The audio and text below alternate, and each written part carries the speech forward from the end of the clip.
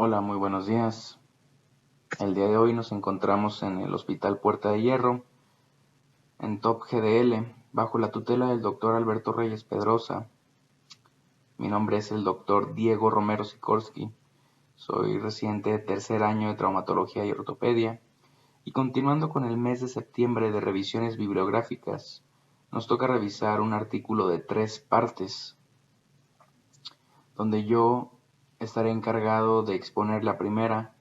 El doctor Juan Carlos Álvarez Michel estará encargado de exponer la segunda parte y posteriormente el doctor Víctor Manuel se encargará de exponer la última parte con la doctora Sandra Archundia, quien nos hará el favor de realizar la revisión bibliográfica.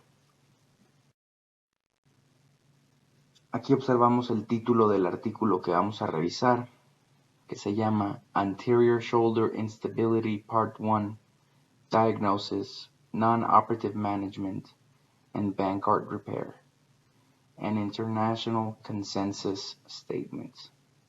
Traducido a español, se llama Inestabilidad anterior de hombro parte 1, Diagnóstico, Tratamiento conservador y reparación de Bankart. Un consenso internacional. Como podemos ver, este artículo fue publicado por la revista de Arthroscopy Today y fue recibido en febrero del 2021, realizado por Eogan T. Hurley y sus colaboradores. Como introducción, debemos recordar que inicialmente los pacientes con inestabilidad anterior de hombro son tratados con un periodo corto de inmovilización para lograr alivio sintomático y posteriormente un periodo de rehabilitación. Sin embargo, algunos cirujanos se encuentran en desacuerdo acerca de cómo se debe de inmovilizar el hombro, si en rotación externa, rotación neutra o rotación interna. Cuando se elige el tratamiento quirúrgico, se realiza el procedimiento de Bankart. Existen varias sociedades que han creado un consenso acerca de varios tópicos utilizando el método Delphi. El método Delphi requiere de múltiples rondas de cuestionarios para compaginar la opinión de los expertos. El objetivo de este estudio es establecer un consenso mundial en el diagnóstico, manejo conservador y reparación de Bankart para la inestabilidad anterior de hombro.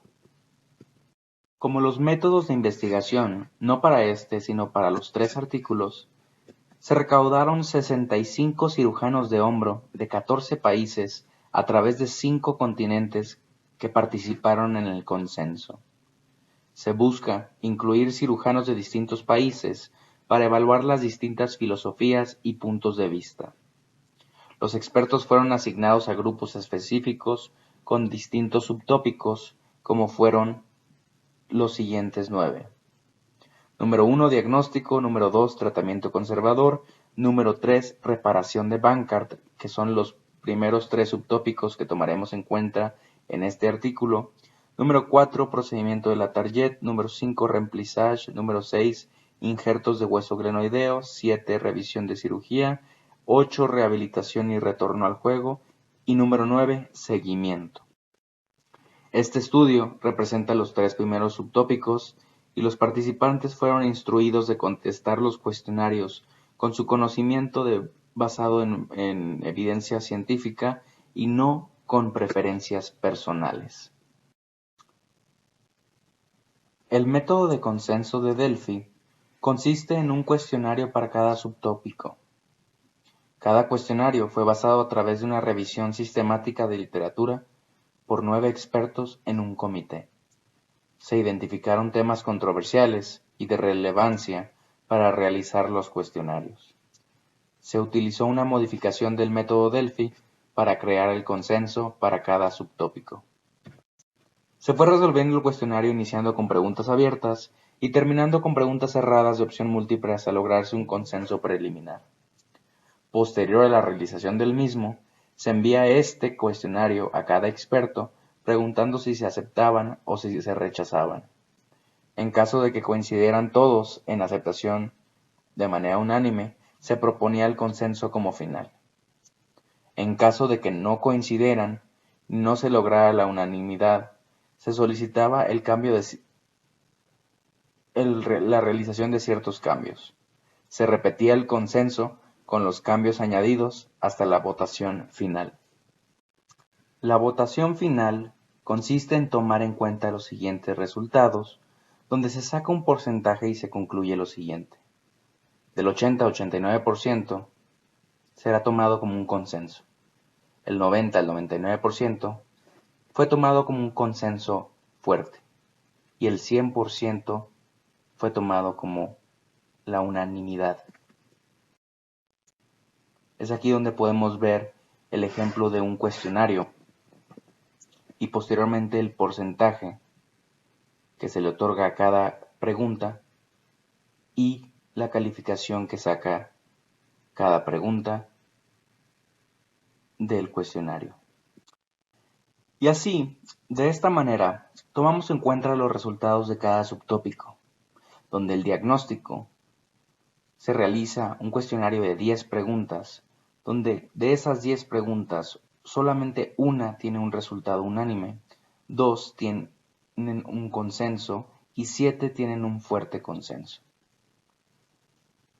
Acerca del tratamiento conservador, se realiza un cuestionario de 9 preguntas, donde solamente una tiene un resultado unánime, 6 tienen un fuerte consenso, una un consenso y una no tiene consenso, que es la única pregunta de los 3 cuestionarios realizados que no llega a un consenso. Acerca del subtópico de la reparación de Bankart, se realiza un cuestionario de 12 preguntas, donde 3 resultan con un resultado unánime, 7 de un fuerte consenso y nada más 2 con un consenso.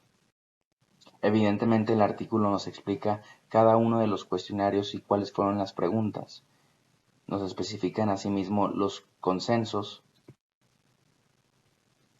Aquí podemos observar el cuestionario realizado para la reparación de Bankart y la discusión. Todos menos un hecho encontraron un consenso.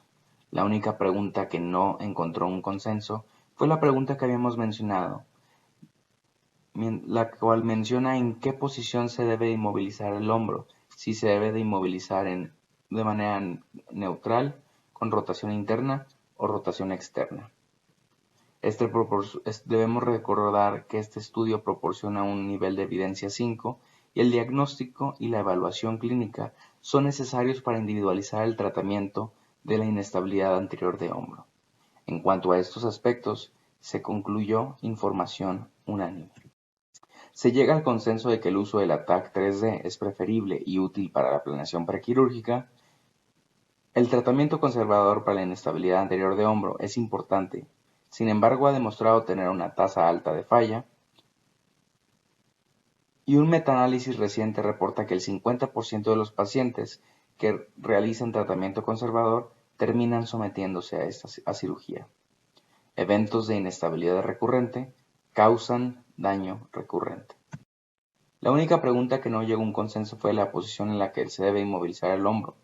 Mencionan que existen los que abogan por lo que se debe de inmovilizar en rotación externa, debido a que basados en hallazgos cadavéricos se demostraron la separación y el desplazamiento significativa comparada con rotación interna. También existen los que abogan que se debe de inmovilizar en rotación neutra, debido a que el desconfort y la falta de apego al tratamiento por el paciente. Existe la otra rama que abogan por que se inmovilice en rotación interna, debido a que el alto costo de las ortesis y los resultados son comparables. La reparación de Bankart artroscópica fue el procedimiento más realizado, y uno de los temas más controversiales fue el de la realización del procedimiento abierto. Varios expertos han abandonado el uso de este procedimiento aún en pacientes de alto riesgo a favor del uso del procedimiento de la tarilla. Las limitaciones del artículo fueron 2. Debemos de recordar que estos consensos se consideran como nivel de evidencia 5, siendo el nivel de evidencia más bajo, y tenemos que tomar que existe un alto grado de subjetividad empleada en la investigación. Las conclusiones fueron que acerca de estos 3 subtópicos llegamos a un 84% de un consenso unánime o fuerte. Bueno, para continuar la plática del doctor Romero, vamos a hablar de la segunda parte del artículo de inestabilidad anterior del hombro. Yo soy el doctor Juan Carlos Álvarez Michel, soy residente de ortopedia. Estamos aquí en Top GDL con el doctor José Alberto Reyes Pedrosa. Este es el artículo, es el Anterior Shoulder Instability Part 2, Lateral Jet, Remplissage and Glenoid Bone Grafting, an International Consensus Statement. Este artículo publicado en febrero de 2022 por la revista Arthroscopy. Solamente que en este vamos a hablar un poquito ya del tratamiento, del consenso que hay acerca de los diferentes procedimientos que podemos realizar. Bueno, la pérdida ósea es un reto en el tratamiento de la inestabilidad anterior del hombro y una pérdida ósea glenoidea anterior normalmente está indicada la cirugía o procedimiento de Latarjet, el cual fue descrito en 1954 por Michael Latarjet y Albert Trillat en la misma revista, de hecho, en la misma edición. Pero se quedó con el nombre de este cirujano, el primero, de Michael Latarjet. Muchos cirujanos tienen dudas en el tratamiento de la pérdida ósea en la inestabilidad anterior de hombro, ya que este procedimiento de tipo Latarjet es un procedimiento que restaura la funcionalidad, pero no es un procedimiento meramente anatómico y podría tener afección también ahí con el tendón del subescapular sobre todo. Hay otras alternativas que se han descrito como injerto libre de cresta o tibia distal, pero también con resultados muy controversiales. En cuanto a la pérdida ósea humeral, esta puede resultar en una lesión tipo off-track o engaging de Hill-Sachs y se tratan indirectamente con los procedimientos ya mencionados o también por una técnica tipo remplissage. Esta técnica tipo remplissage o denominada de esta forma por el doctor Eugene Wolf en 2006 rellena, entre comillas, la lesión de la cabeza humeral con una tenodesis del linfa espinoso y la cápsula posterior en el defecto humeral. Las indicaciones son dependiendo del paciente y de la preferencia del cirujano. Muchos cirujanos incluso dudan en hacer estos procedimientos por el riesgo de reducir el rango de movimiento por arriba de la cabeza, sobre todo en atletas y en pacientes que hagan movimientos repetitivos por arriba de la cabeza. Hay otros cirujanos que pueden optar por un tipo de tratamiento de injerto óseo directamente sobre la cabeza humeral para tratar pues, la lesión de Hill-Sachs per se. El objetivo de este estudio fue llegar a un consenso para establecer las guías clínicas con aspectos clave para el tratamiento de esta patología. Fue realizado por el Anterior Shoulder Instability International Consensus Group. Y en cuanto a los métodos del estudio, ya los mencionó el doctor Diego Romero en la plática anterior, pero es un consenso de expertos utilizando el Delphi modificado con 65 cirujanos de 14 países asignados en 9 grupos y tiene un nivel 5 de evidencia. Y en cuanto a los resultados del estudio, lo vamos a presentar con los tres principales que se valoraron, que es la cirugía de Latarjet, la de remplissage y el injerto óseo para la pérdida glenoidea. Este es el cuestionario que se utilizó para el procedimiento de Latarjet, donde podemos observar que son preguntas desde la indicación de la cirugía, los tipos de contraindicación para la cirugía, si hay alguna cantidad de pérdida ósea para los cuales tendríamos que considerar este procedimiento, entre otras. Sin embargo, podemos observar que ninguna llegó a un 100% de acuerdo. De las 10 preguntas, ninguna fue de manera unánime. 9 tuvieron un consenso fuerte y una un consenso. Las indicaciones primarias fueron la inestabilidad recurrente, fracaso quirúrgico previo, un atleta en deporte de colisión, pérdida crítica ósea glenoidea de 15 a 20% y una lesión bipolar off-track. Esas son las indicaciones que obtuvieron el mayor acuerdo entre los cirujanos. Y la contraindicación relativa para la cirugía fue que fuera en una inestabilidad multidireccional, un luxador voluntario, epilepsia no controlada, una lesión irreparable del manguito rotador, una pérdida ósea glenoidea mayor a lo injertable. Y este es el cuestionario que se utilizó para el procedimiento tipo remplissage.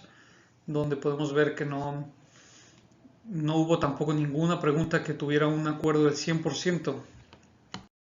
De las 8 preguntas, 7 tuvieron un acuerdo o un consenso fuerte, una consenso y ninguna de tipo unánime.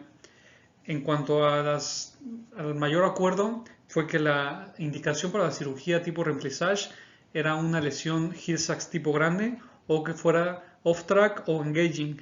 Y las contraindicaciones para este procedimiento fue que la lesión tipo Hill-Sachs fuera pequeña, una pérdida ósea glenoidea severa, una rigidez preoperatoria, compromiso del infraespinoso y un atleta con lanzamiento por arriba de la cabeza.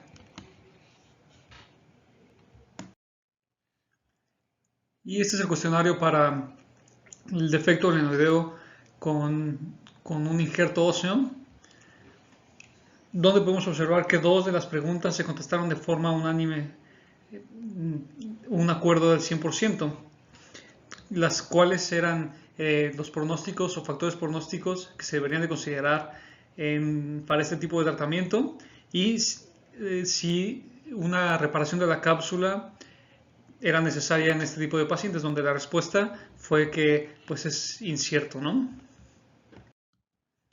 2 de estas preguntas fueron unánimes, 7 un consenso fuerte y una fue un consenso. Donde podemos observar que de forma unánime también lo más importante es que los factores pronósticos para esta cirugía son la edad, el nivel de actividad física, la lesión tipo Hill-Sachs, el defecto óseo, la hiperlaxitud, cirugías o procedimientos quirúrgicos previos y datos de artrosis. Y pues entonces, como conclusiones, 89% alcanzaron un acuerdo unánime. Los consensos unánimes fueron factores pronósticos como la edad, el nivel de actividad física, la lesión tipo Hill-Sachs, el defecto glenoideo, laxitud, cirugías previas y artrosis. Y no hubo un acuerdo unánime en ninguno de los cuestionarios de la Target ni de remplissage. En cuanto a las limitaciones de este estudio, pues es un nivel de evidencia tipo 5. Pudo haber habido algún sesgo de selección de tema, ya que no se utilizaron procesos autorizados para esto. Y las limitaciones propias del estudio tipo Delphi y en las opciones de tratamiento y en las lesiones, pues no se incluyeron todos los procedimientos que hay disponibles. Y pues eso sería todo. Vamos a continuar la siguiente semana con la parte 3 del artículo y el comentario editorial del mismo. Muchas gracias.